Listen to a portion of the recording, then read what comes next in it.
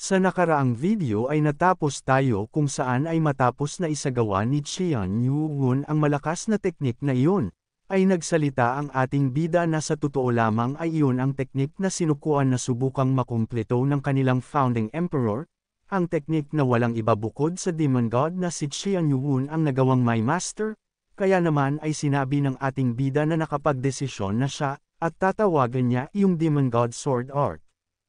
4 na araw matapos nito, sa hangganang bahagi sa hilaga ng Liaoning Province, ay bigla na lamang na napahinto ang kabayong sinasakyan ni Baekgi, upang agad siyang mapatalon. Sinabihan naman siya ni Wang Hul na sa ganitong kalagayan ay hindi siya matututo ng maayos sa pagsakay sa kabayo. Sa isip ni Baekgi ay naiinis siya dahil sa hindi na naman siya nagtagumpay, at sa oras na nawala siya sa kanyang focus ay ganito na agad ang nangyari, at mukhang nawala na siya sa sarili mula ng araw na iyon, at bukod doon ay nagawa pa niya ang mainam ang dugo ng Dragon Turtle. Simula ng mga araw ng Six Swords Troop sa Demonic Academy, ay palagi na nilang hinuhubog ang kanilang mga kasanayan sa pamamagitan ng pakikipag-sparring. Minsan pa ay naging mortal na katunggali ni Wang Hul si Baekgi para sa pinakamataas na posisyon sa kanila. Subalit sa kabilang banda ay hindi lamang siya nagawang talunin ni Moon Gyu, ngunit nagawa na din na makatungtong ni Wang Hul sa pagiging superior master, upang maging pader ito na hindi na magagawa pang malampasan ni Baekgi. Upang magawang malampasan ang pader na iyon, ay nakatanggap si Baekgi ng bagong martial art na ginawa ni Qian Yuwon, subalit kahit na ganun ay hindi naging sapat iyon upang magawang makahabol, at matapos nun ay may kung anong nangyari upang mawasak ang kakaunting kumpiyansang natitira sa kanyang sarili. Siya ay nagawang matalo ni Heobong sa isang sparring match, dahil sa laging nakatayo ito sa tabi ni Qian Yuwon at sa mga natamo niyang hindi mabilang na mga kasanayan at magandang kapalaran, ay si Heobong ay hindi na kung sino nakilala niya. Ang matalo ng kung sino na lagi niyang ikinukonsiderang nasa ilalim niya, ay ang naghudyat kay Baekgi na gumawa ng padalos-delos na desisyon, at bago pa man may magawang makapagpainto sa kanya, ay ininom na agad ni Baekgi ang unrefined blood ng Dragon Turtle. Dahil sa kanyang matinding desperasyon ay hindi na inintindi pa ni Baekgi ang katotohanang nasaksihan nila noong magawang masunog ng mga miyembro ng Northern Sea Ice Palace dahil sa lakas ng lightning energy matapos na inumin ito.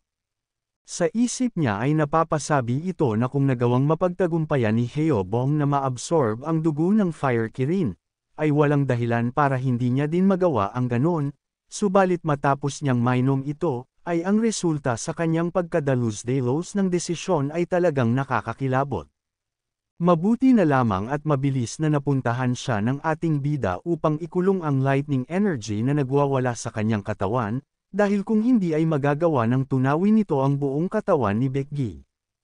Sa paglipas ng panahon ay nagawang may absorb ni Baekgi ang lightning chi sa katawan nito, subalit hindi naging madali para sa kanya ang kontrolin iyon, dahil kapag ibinaba niya ang kanyang depensa ng kahit na sandali ay maaaring makatakas ang lightning chi sa kanyang katawan. Dahil doon ay sa isip ni Qian Yuwon na ibang-iba ito kumpara sa kondisyon ni Heobong, dahil sa ang Fire Kirin sa loob ng Imperial Tomb ay nagawang matuno gamit ang 10 Millennia Frost, subalit ang dugo ng Dragon Turtle ay halos sariwa at punong-puno pa ng spiritual power. Kaya naman sinabihan niya si Baekgi na kung magagawa nitong makonvert ang lahat ng lightning chi sa kanyang katawan patungong true chi ay hindi na mangyayari ang pagtakas ng mga lightning chi sa kanyang katawan. Dahil doon ay tinanong niya ang ating bida na kung sa papaano naman niya magagawa ang bagay na iyon, na sinabi naman ni Qian Yuwon na sa madaling salita ay kailangan nito na makatungtong sa evolutionary realm. Sa isip naman ni Baekgi ay kung ganun lamang kadali iyon, ay matagal na sana siyang nakatungtong sa evolutionary realm, dagdag pa nito ay nagtataglay na siya ng sapat na internal energy at ng lightning chi, subalit wala naman siyang magandang pagkontrol sa mga ito, at wala pa din siyang natututunan sa kahit na ano sa dalawa. Dahil doon ay napasabi siya na mukhang ang ibig lamang sabihin ng bagay na iyon, ay mas talentado si Heobong kumpara sa kanya, subalit sabi niya na hindi maaari, dahil sa hindi naman lumakas si Heobong dahil lamang sa nakikita niyang lumalakas na ang kanyang mga kasamahan, at sa tingin niya ay lumakas lamang siya dahil sa pagiging totoo nito sa kanyang responsibilidad sa kanilang demon god. Nang napasabi siya na hindi niya dapat madaliin ang kanyang sarili dahil sa magkaiba silang dalawa, subalit wala siyang ibang mapagpipilian kung hindi ang tanggapin na mas malakas na ito sa kanya ngayon. Nang napansin naman siya ni Heobong, at sinabihan siya na alam nito na mahirap kontrolin ang nararamdaman niya sa kanyang katawan at naiintindihan niya iyon, kaya naman ay sinabi ni Heobong na kasama ng dakilang kapangyarihan ang malaking responsibilidad. Sa isip naman ni Becky ay hindi siya makapaniwala na may mga ganitong salita ang lalabas mula sa bibig ng enggot na ito, at mukhang nagkamali lamang siya sa pagkakakilala kay Heobong sa umpisa pa lamang. Nang bigla naman na sinabi nito na hindi siya makatulog kada gabi dahil sa kailangan niyang subukan at pigilan ang init ng kanyang katawan sa kada gabing dadaan, dahil doon ay binawi ni Becky ang kanyang iniisip kanina, at nangako na hinding-hindi magpapatalo sa bastardong Maniokis na si Heobong. Sa kinaroroonan naman ng ating bida ay pinupuri siya ni Chien Inji dahil sa pagkakaroon nito ng mga masayahing kasamahan. Sa isip ni Chian Yuun na nung una silang magkita ni Heobong ay ang kanyang masayahing personalidad ay nagawang maitago dahil sa pagkakasangkot nito sa hidden sect, subalit ngayon ay siya na ang kung sino na nagagawang pagaanan ang loob ng lahat, at masayang-masaya siya dahil sa ito ay ang kanyang kauna-unahang tagasunod. Nang nagsalita naman si Chian Yuon at tinanong ang kasama nila kung magagawa ba silang dalhin nito sa Changbei Mountain dahil sa narating na nila ang hangganan ng Liaoning, kinakabahan naman siyang napatanong sa ating bida na kung talaga ba na kailangan nilang magtungo sa Changbei Mountain. Dahil doon ay nagalit naman ang isang elder ng demonic cult at sinabihan ang miyembro ng Murem Alliance na kung anong lakas ng loob nitong tanungin ang kanilang demon lord. Maging ang ating bida ay nagtataka na din dahil noong nakaraan ay nag-aalinlangan siya nang banggitin niya dito ang patungkol sa Changbei Mountain, kaya naman ay tinanong na siya ng ating bida na kung ano ba ang ikinakatakot nito sa lugar na iyon. Sabi nito na mayroong unspoken rule na umiiral sa mga mamamayan sa Liaoning Province, at ito ay kung ano man ang mangyari, ay huwag na huwag papasukin ang Changbei Mountain. Sa nangyari ay nagtaka naman si Chian Inji maging ang ating bida at napapatanong na kung ano ang nais nitong sabihin sa kanila. Sabi niya na ang kanyang ama at lolo ay palagi siyang binabalaan patungkol doon, at maging siya ay hindi pa nagawang makita ang paanan ng Changbei Mountain. Nang napasabi naman ang isang elder ng demonic cult na alam niya sa rehiyon sa kanluran ay may mga tao at sila ay ang Dongyi Nation, subalit ang pag-atake nila ay patungkol lamang sa sigalot sa mga hangganan. Nang sinabi naman ng miyembro ng Murem Alliance na sinabi ng lolo niya sa kanya na mayroong halimaw sa paanan ng Changbei Mountain, at binalaan siya nito na huwag na naisin ang kahit na lumapit doon kung hindi pa niya nais ang mamatay. Nagpadala naman ng sound telepathy si Chian Inji sa ating bida at sinabi na hindi niya masyadong matindaan ang patungkol dito subalit may kung ano siyang naalala doon, at base sa narinig niya sa usapan ng mga matataas sa Supreme Saber of Six Martial Arts Sect, ay ang pinag-uusapan ng mga ito ay isang halimaw na nagbabantay sa Changbei Mountain. Napasabi naman si Chian Yuon na kung ang tinutukoy ba na halimaw ng mga ito ay ang White Tiger. Napasabi naman ng lolo niya na mukhang ang tinutukoy ng mga ito ay isang tao, at mukhang mahihirapan sila ng husto sa kanya. Sa nangyari ay nagtaka naman dito ang ating bida patungkol sa tinutukoy nito, kaya naman ay sinabi ni Chian Inji na sa tingin niya ay ang tinutukoy nilang halimaw, ay ang combative divine ng silangan, at ito ay si Akyui. Kung umabot ka na sa parte ng video na ito ay maari lamang na i-click ang like at super thanks sa baba bilang pagsuporta. Maraming salamat. 2 araw bago nito, sa rehiyon malapit sa silangan ng Liaoning Province at sa timog ng Jilin Province, ay kasalukuyang nagmamarcha ang malaking bilang ng puwersa ng Murem Alliance.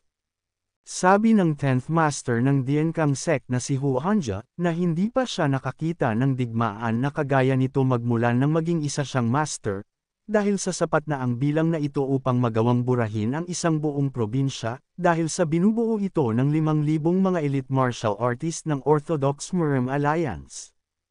Napasabi naman ng fourth master ng Hengsan sect na si Satae na hindi niya alam kung tama lamang ba na magpadala sila ng ganito kadaming mga tauhan patungo sa Chiangbai Mountain, na sinang-ayunan din ng 10th master, dahil sa tingin din niya ay mas mainam na ipadala ang ganito kalaking hukbo sa base ng mga ito sa Hangzhou.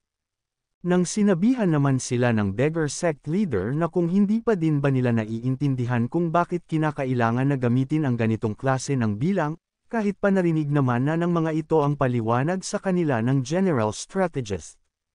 Napasabi naman ng 10th master na ang hindi lamang niya maintindihan ay kung bakit kailangan pa nilang gamitin ang ikatlo sa lahat ng kanilang mga puwersa upang magawa lang na mapasakamay ang essence core ng kung anong mythical creature. Nang sinabihan naman siya ng isa na mukhang hindi pa nito alam ang nangyayari dahil sa kailan lamang nito nakuha ang kanyang posisyon.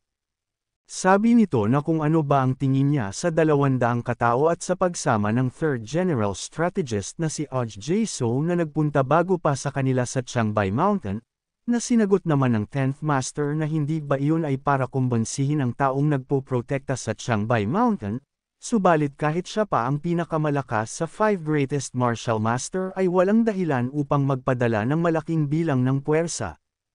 Hindi naman sinang-ayunan ito ng isang master, dahil kung mas naging aktibo lamang ang taong iyon sa MERM, ay magagawa din na makuha ng isang iyon ang titulo bilang ang pinakamalakas na martial artist sa lahat. Sa nangyari ay napasabi na lamang ang 10th master na sana ay tama ang sinasabi nilang dalawa patungkol sa taong iyon.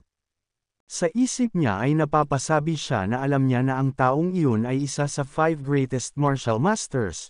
Subalit hindi niya makita ang dahilan kung bakit kailangan nilang ikwento ng may labis na pagkamangha sa lakas na mayroon sa taong iyon. Kaya naman sinabi na lamang niya na kung magagawa nilang makuha ang taong iyon sa kanilang puwersa sa MERM Alliance ay magagawa nilang tapatan ang demon god na si Qian Yuun, na sinang-ayunan naman ng isang master at kung ang lahat ay aayon sa kanilang plano. Nang nagsalita ang isang master at sinabi na ang 3rd General Strategist at ang iba pa ay sasama sa kanila maging matagumpay man ang ginawa ng mga ito o hindi, na napasabi naman ang isang master na umaasa siya na sisang-ayon sa kanila ang taong iyon na kumampi sa kanila. Nang bigla naman na natigilan ang first master ng Shaanxi Sword na si Moguqian, at agad na sinabihan ang lahat na tumigil. Nagtaka naman ang ilan sa mga master dahil sa inutos nito sa kanila. Sa isip niya ay napapasabi ito na may kung anong kakaiba sa paligid at parang may mali dahil sa may naamoy siyang kakaiba. Kaya naman ay pinakiramdaman niya ang paligid, at mula dito ay nakita niya ang mga nagkalat na mga uwak na nanggagaling sa iisang direksyon, upang mapasabi siya na mukhang ang kanyang naamoy ay ang mga dugo ng kung sino. Kung nais mo na masubaybayan ang mainit-init na kabanata ay i-open lang ang notification bell pagkatapos mo na mag-subscribe.